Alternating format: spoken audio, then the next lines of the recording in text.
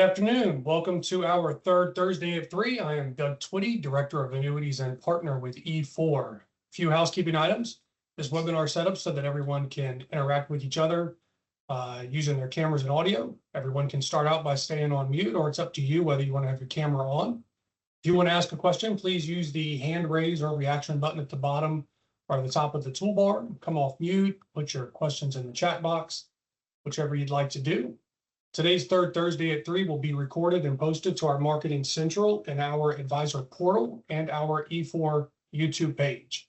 Today, we're going to do a live Q&A from questions from the crowd, questions and topics that advisors filled out from a survey that was sent out. So even though I mentioned you can stay on mute and cameras off, I do encourage everybody to please come off of mute, freely ask questions. Let's see some faces. That's why we're all here, to ask any annuity questions, strategy, client issues that you might be coming across. And please remember that there are no dumb questions. You have to learn, and we all have to learn. So it starts out seeming like we're looking at dumb questions, but here to answer everything we got. Anybody want to jump in first? How do we sell more annuities, Doug? I got to change my view here so I can see everybody. Okay. Hey, Doug, this is Shane. Happy to be here, man. I know maybe we could talk about our conversation this morning. That's a good one. I mean, we talk about LTC. It doesn't have to be carrier specific, but as far as, what we're seeing with the LTC annuities, we're seeing a real uptick in that. We're really promoting those right now. And the differences between some of the ones that are out there. Yep. Yeah. Shane reached out this morning, looking at One America and trying to compare the differences in competitiveness and usefulness between that and Global Atlantic's 4Care. Equitrust is the bridge, and we recently got Nationwide Care Matters Annuity built in with it too.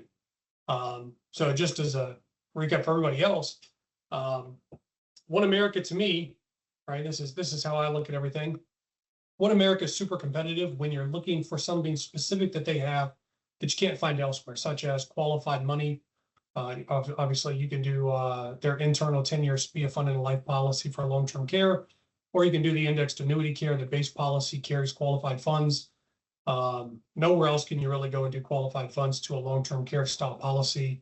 And then also One America has lifetime benefits. Not quite sure there's anybody else in the market that provides lifetime long-term care between single or joint. So if you've got somebody that has family history of Alzheimer's, dementia, that can be a very appetizing feature. Even if the day one benefits aren't super competitive, the fact that it's there forever is a great option. I know their longest claim, I was up there many years ago, and they had somebody that was on claim for 16 years. I think they were on claim for another 2 years after that. That's a long time to be on claim, but Alzheimer's and dementia doesn't necessarily kill you. So then Equitrust has the bridge. We don't get a whole lot of use out of it yet. I think that's primarily because it's a B++ carrier. Hopefully within the next couple of months, we'll see them jump to an A-, but that is a very competitive product. We just have to have advisors and clients that are comfortable with feeling like that product's going to be around and the carrier is going to be able to pay the claims 10, 20 years from now. But when that A- comes, I think we're going to see a pretty good shift. It's a solid fixed indexed annuity, solid S&P caps, great monthly benefits that are available to it. And then and then also it's a guaranteed issue. They have a guaranteed issue option. So again, it's uniqueness in the industry. Outside of that, looking at Global Atlantic, 4Care, and Nationwide's annuity care, their annuity long-term care, Nationwide's uniqueness. All right, I always like the uniqueness, the pieces, the features that stick out to make something usable. Is that product pays out indemnity versus reimbursement. So great option in there. Whereas Global Atlantic paying out reimbursement, and they illustrate a monthly benefit, but they divide it up to a daily maxed value. So most people think they're gonna go on claim, need care 2-3 times a week. And when you need care for 2 or 3 times a week, you're not going to get the full monthly benefit out of Global Atlantic, but you will get the full indemnity payout from Nationwide. So great options. And of course, when you get clients that are running down that path, we can talk about why one might fit over the other. Any questions from all of that? Or Gary, did you have something? I see you popped up.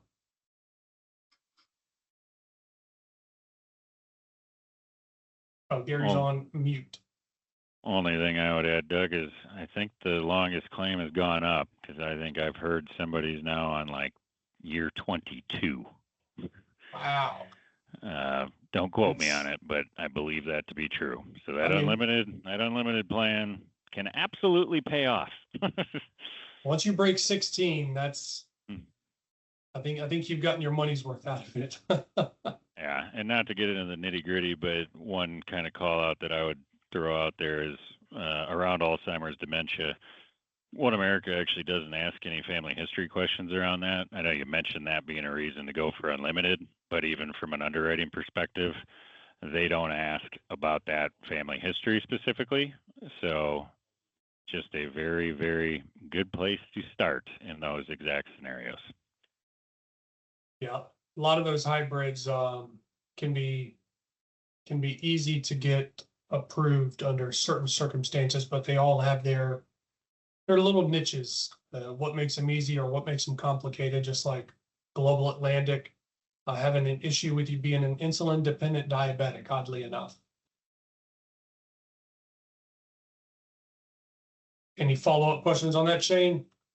No follow-up question. It's just one thing that like we're realizing now is that when we're talking about accumulation FIA, we're like starting to think now, okay, well, what about the LTC annuity as like a compromise for both? Maybe, the client does want to talk about long-term care. They do want to find solutions for long-term care, but this really was originated as like an accumulation FIA type of strategy. But now we're like, we don't know which one we should go with now, because like the bridge product is so rich with the cap and everything, the account value potential. That's kind of one of the challenges we're running into right now. Well, I think that's part of what it was built on, right? It's their S&P cap is industry competitive, even across accumulation FIAs. And Equitrust allows you to declare the value of your annuity that you want to set aside for potential long-term care to start out as the day one benefit base. And then that just continues to grow. So the longer that you can wait before using it, the better. So if you got a client that really wants an accumulation FIA, but they like the idea of potentially having some long-term care protection, that is a very solid option. Hey, Doug, this is Phil. Doesn't the Equitrust Bridge product also allow you to roll up the money that you contribute over the first 5 years as well? So it's not just a single lump sum up front? Yeah, that's a good point. That was one of the other uniqueness of the bridge product, that it is flexible premium for those first several years. I think Phil brings up a good point there. I was going to say, I can confirm that to be true. Yeah, is it capped? I didn't think it was capped. I thought it was flexible for life. I think it's first 5 years. They calculate your benefit base off of the first 5 years premium deposits, if my memory, which can fail me, but memory serves me correct. Speaking of Alzheimer's and dementia. Yeah. Well, it's, I feel like I know a lot, but it's hard to know every little minute detail from every carrier and product. But I would look that up before giving a solid answer on it. I just found out that bridge is approved in New Jersey. I think it's been approved in New Jersey for a few years, and I'm glad that we stumbled upon it.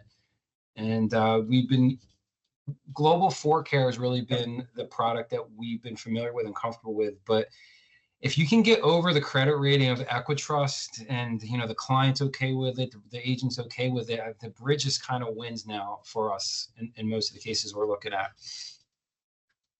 Yeah, solid company. Anything else, or do I dive into something that was maybe thrown up on the survey? Not that there's anything specific really thrown in here. It's not a case to work on. Hey, Doug, feel I'd like- like you to, if you could, the One America, you brought it up earlier, but uniqueness. One America's base only long-term care annuity, the annuity care. Can you talk to the age and how that kind of, or kind of the uniqueness of that product? I, not on the fly, I can't, not about their All right. ages specifically for that one product. All right. If you're cool, I could jump in and not to give a One America plug, but Oh, have at it. so on their annuity care product, which is their fixed annuity, a lot of times you end up having scenarios when you're working with a client, they've got money that's allocated, that's been saved up, and you sit down and, they're aged. Maybe they're over the age of 80. The base annuity is able to be issued to up to age 85. There is no long-term care kickers. There's no bonuses. There's no benefits. It's basically just a straight up roll over into a fixed annuity. Might look at it and say, well, why am I doing that? Right. The benefit to it is that annuity is qualified underneath the Pension Protection Act. And if you've got, you sit down with somebody, they bought an annuity in 1990 and now it's worth 3 times as much as they paid for it. They have a tremendous amount of taxable gain inside of that contract. They can roll it into the annuity care product and use it for long-term care and sidestep any taxes that are due on the gain. So if you've got that client, they're older, they're maybe not the healthiest. There's very, very limited underwriting. I think it's 3 or 4 kickout questions. I think it's like, can you walk, can you breathe, and do you fuck a mirror? And if the answer is yes to all those, you can do it. But it helps avoid the taxable portion. So I call it lazy money. Clients got lazy assets. There's a ton of deferred tax inside of it. The annuity care base only is a pretty cool product. The other thing is it's a fixed product. It's an OBA for those of you that have a broker dealer. It does not hit, they don't take a haircut on that. So, and it doesn't require extra hoops to jump through. So it's kind of easy. So kind of a unique solution for a somewhat fairly common challenge of, Yeah. I got a bunch of taxes and I got money sitting around. You can actually go up to age 87 with an exception. I got one yesterday for an 87-year-old is the max age they'll consider. Usually by that age, we're doing crisis planning. But I guess yeah. one different question I would have for you, Doug, and I know there's a couple of people on here, more insurance focused, some in a bank agency, some just in a normal independent agency, but focusing more on the property casualty or maybe Medicare, haven't really dove much into the annuity realm. If you were to give advice to somebody who hasn't done much in annuities in the past, kind of more insurance focused versus investment advisor focused, what would be your maybe top 1 or 2 key things to focus on for those individuals?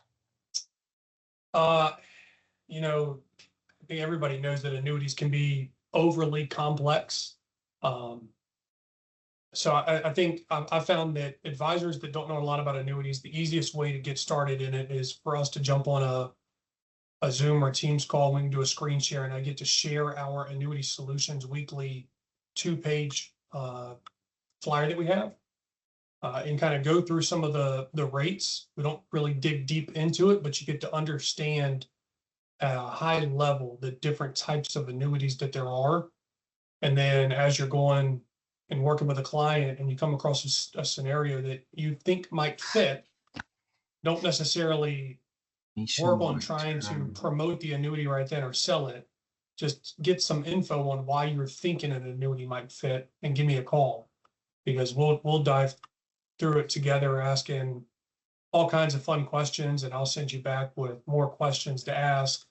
I'm always available to jump on a call with you and a client too, if it's a learning process for you. More than happy to sit there and answer questions from the client, and you'll eventually learn the types of annuities that you want to sell, that you're comfortable with, and next thing you know, you're selling 5-year MIGAs and some easy accumulation FIAs and lifetime income annuities. All right, or as we've talked about, if you've got clients that are interested in long-term care, we've got that. You've got clients that are older and want to handle wealth transfer, and life insurance isn't necessarily ideal for them. We've got annuities that maximize its value for the purposes of wealth transfer. So there are all kinds of solutions to it, but running high level over some of them first, and then working on them case by case instead of trying to understand everything before you sit down and start trying to promote it, because it's a long learning process. But that's what we're here for, right? We're here to help you get through it all. We work together as a team to solve all the problems. Any other questions offhand?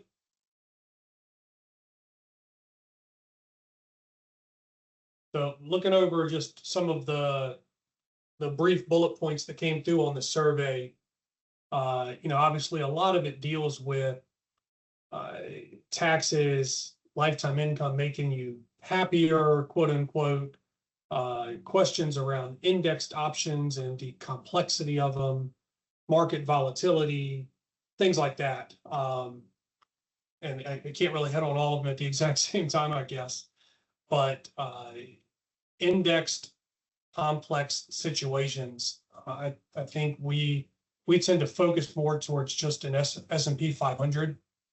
We can use different allocations between caps and pars and spreads and triggers.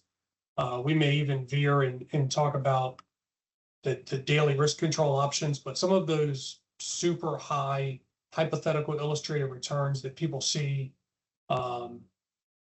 we try to do our due diligence on the reality of those situations, so that we can veer away from them then when really needed, instead of assigning the client to something that's going to fail and going to put you in an awkward situation. So again, if you have a carrier that you've looked at, if you have a client that has shown you an illustration and there's a different index that you're not sure about and you're trying to compete against it, give me a call and we can go through some pretty cool details on understanding what it will or won't potentially do.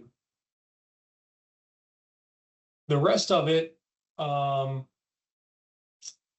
annuities are built on, I'm going to say happiness. I'm going to say market volatility. When we're dealing with fixed and fixed indexed annuities, we're not dealing with variable and RILA. We're dealing with security. We're dealing with that retirement time. We're dealing with the decumulation phase a lot more than we are the accumulation phase, or at least nearing that decumulation phase. And then depending on the type of money, we can talk taxes all day long, and tax brackets and standard deductions and getting you to a good effective tax rate. We can talk about Social Security and provisional income with it. Right? We can help put a big picture together, but the annuity itself just fits into its own area. But people used to always have, as we talk about pensions, right? People had lots of pensions back in the day, and we've seen an increase in people working later in their years. We've seen the female workforce above 65 increase drastically over the last 30 years. And a lot of that, I believe, is because pensions are going away. So people have defaulted to Social Security, right? People look at Social Security as their retirement, and it was never designed to be a retirement plan. So we can take some of this qualified money that people have gotten. Everyone has 401ks. They're super rich in 401ks. But we could take some of that 401k that can't be necessarily converted to lifetime income within its source, and we can roll and we can create a solution that mirrors along with Social Security. We can provide solutions that allow you to get the income that you need to help defer Social Security to 70, which is generally recommended when you're a financial advisor, especially when you've got couples and you've got husbands that are older than the wives and the females are healthy. Lots of reasons to defer Social Security to 70, and annuities can help make that possible. Instead of worried about safely pulling, that 3-4% distributions off your account, we can give you, say, 7%. and we can guarantee that 7% for life. That makes it a whole lot easier to defer some of those other funds. Makes it a lot easier for you to be a little bit more aggressive on some of the other portfolio sides. I don't want to just keep digging and digging, because I'll keep going all day long until we've gotten into all the details. Any questions or thoughts on any of that, or I can just keep going. I did get a question actually from an advisor yesterday, and I told him, I said, I don't know as much as Doug actually said that, but the question was, there was an email from North American just got sent out on their increased payout factors and things like that. And the question was, hey, what's going on that's making these payout factors and some of the caps go up? Obviously, it's an attractive time for annuities, but maybe super high level without getting into how the watch is built, what in your eyes, what's really the driving force on why annuities are so hot, both in the MYGA space, the accumulation annuities, the indexed or the income payouts? Yeah, we talked about this on our sales call the other day. So just to keep it high level, a lot of times if you just kind of watch treasury rates as they go up and down, that's not necessarily what controls annuity rates, but that's a pretty good factor as far as what's going to happen if we're seeing treasury rates go up. The way the carriers are managing their money, the actuaries are pricing products. We're going to see increasing. We're going to see payout factors jump. We're going to see roll up rates and income bonuses go up. You're going to see caps and par rates on the allocation options go up. If we start seeing treasury rates drop, we're probably going to see all those drop as well. Of course, the allocation options change much more frequently. We'll see those on weekly basis. But as far as the payout factors go, those are far and few in between. So seeing a carrier like North American, very strong carrier, great product, increase on their payout factors, they're up there beating the tops of the charts down with that increase now. And the Income Pay Pro is a pretty cool product, with the fact that if you wanted to, nobody plans necessarily to use the feature, but it's one of the guaranteed lifetime withdrawal benefit riders where you can turn the income on, and years down the road you could decide to pull back a little bit on that income. And so say it's kicking 50,000 a year, and you decide you only need 30,000 a year for now. It'll take that other 20,000 and kind of keep it aside inside of the annuity. If something happens and you pass away, it passes on to a beneficiary. A few years down the road, if you decide that you wanted to increase or even reach in and tap all that money, that extra 20,000 that was put aside, you could take all of it, right? So 5 years down the road, that's another $100,000 you could reach in and take on top of the income going back to its original payout. So unique little feature. Since we're coming up, halfway through the year, and we're talking about uniqueness, Nationwide Peak 10 is one that I really enjoy starting to promote as we're heading down this part of the year. As we're issuing policies closer to the end of the year, which we're having those conversations now in order to try to make sales and get things closed by the end of the year. So Nationwide Peak 10, great income annuity, obviously a great carrier, super strong in the 65-year range. But if you're deferring income with Peak 10, they look at their annual distributions when you finally decide to turn on income. They look at annual distributions on a calendar year basis. So just for instance, to go sort of to an extreme, let's say you issue a policy December 27th, and at least a year down the road, you decide to turn on income. When you turn on income on December 27th, you can say, give me an annual distribution. And generally that would mean kind of from that day till 12 months down the road. And with Peak 10, it means that calendar year. And the calendar year is almost over. So they're going to back pay you all the way to January 1 and then through December 31st. That's your annual distribution. And then a week later, once you've gotten past New Year's, you're in a new calendar year, you can submit another distribution form and you can ask for monthly income. And even though they just cut you a check for an annual distribution, they will turn around and start cutting you monthly checks right away. So that can play into itself a bunch of different ways, right? If you've got a client that's 64, maybe Nationwide Peak 10 is not the best option at 64, but they're an incredible option at 65. and they wanted to start taking income January 1 when they retired. But with Nationwide, you can defer the income a year, maybe start taking money out of the managed account, and then at the end of that next year, turn on the income and basically get repaid for all of the money that you pulled out of the managed account. And you've now allowed Nationwide Peak 10 to increase its payout factors for a 65-year-old. Or even if that wasn't the plan, if they were just going to retire 3 years from now on January 1st, there's no reason to wait till January 1st to turn on income. Turn it on 5 days earlier, get an annual distribution. You don't get a bump just because January 1st hit. All right, so a few days earlier, turn on income, get a whole year's worth of income out of it, and use it to pay down debt, to kickstart your retirement, to help further fund the rest of the managed account in your retirement portfolio. And then on January 2nd, when you were going to retire anyways, you'd still turn on the exact same monthly income that you were going to turn on anyways. It doesn't decrease that value. So that's a really fun, unique feature that I don't know that anybody else really promotes.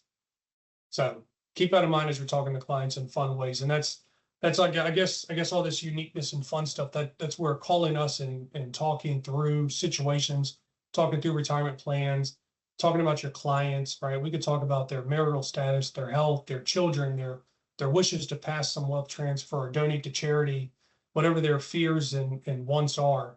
And all of that info is great and helps push us towards the best product for that client, because it's not always just about the highest income or the highest S&P cap. If all you want is the highest income, then that's fine. But generally, there's more to the puzzle than just that one piece. And we can help push it one way or the other to best fit your client's true retirement plan. So part of what I enjoy doing. Any other? Hey, Doug, this is Shane. So that was interesting. Thanks for sharing that. So we have I have a Care Matters now that's in new business. Can you just give me a quick timeline of what that would, if we'd be able to take advantage of that for this client? Which probably will be issued sometime in the month of June. Care Matters or Nationwide Peak 10? I'm sorry, Peak 10, not Care Matters, Peak 10. Yep. I'm on topics. As long as they're going to defer income for a year, you can use that feature. And you just need it to issue before the end of the year, right? The closer we are to the end of the year, the better that feature is. Because if it issues July 1, next year on July 1, you hit the anniversary, you get the 8% roll up, and you turn on an annual distribution. Well, it's going to cover you for the entire calendar year. So you've got another 6 months to go before you can then turn on monthly income. You still get 6 months of back paid distribution, which is better than not having it at all. But it's not quite as fun as having 11.5 months worth of free distributions. And I say free, it comes out of your account value, obviously, but it's income that you wouldn't have gotten elsewhere. Any other questions? If not, we're rolling up on 4:30, so I don't want to keep everybody. Good to go? All right, well, thank you for joining us today. For the rest of the summer, we're going to be pre-recording our third Thursday. So July and August will be sent out on the third Thursday of the month through email and our YouTube page, so don't forget to subscribe. In September, we'll go back to live with Life Insurance Awareness Month. Keep an eye out for more details in your email and on LinkedIn. Again, thank you for joining us. And if you have any questions or want to learn more, contact your RVP or myself.